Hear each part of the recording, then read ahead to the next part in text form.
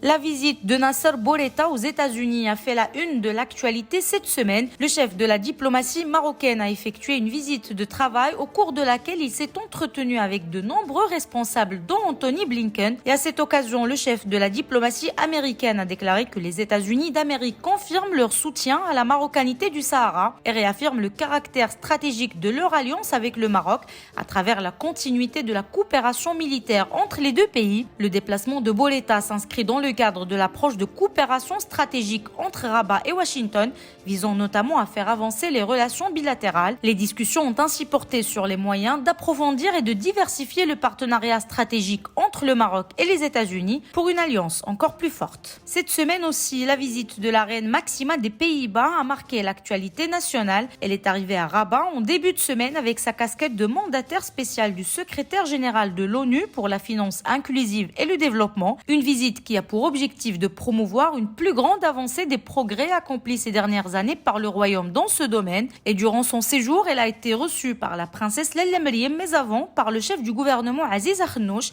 Les entretiens ont porté sur les moyens de développement de l'inclusion financière au Royaume, surtout pour les femmes, la population rurale et les petits commerçants. Et puis, Banque El Maghreb a de nouveau relevé son taux directeur de 50 points de base à 3% pour enrayer l'inflation qui continue de s'accélérer. C'est la troisième hausse consécutive puisque la Banque centrale avait déjà augmenté son taux directeur lors de ses deux précédents conseils en septembre et en décembre 2022. Ce nouveau resserrement monétaire survient dans un contexte de forte poussée inflationniste qui affecte particulièrement les ménages modestes et vulnérables. En sport, le rendez-vous le plus attendu cette semaine, c'est l'affiche de gala Maroc-Brésil qui aura lieu samedi soir à Tanger. Les Lions de l'Atlas, demi-finalistes du dernier mondial au Qatar, vont retrouver leur public. Et il faut dire que cette rencontre contre la Seleção fait rêver les fans marocains qui feront le plein du grand stade de Tanger. Et ce sera pour rappel la troisième confrontation maroco-brésilienne après celle de 97 en amical et 98 en Coupe du Monde. 2 matchs perdus par la sélection nationale qui tentera samedi soir de signer sa première victoire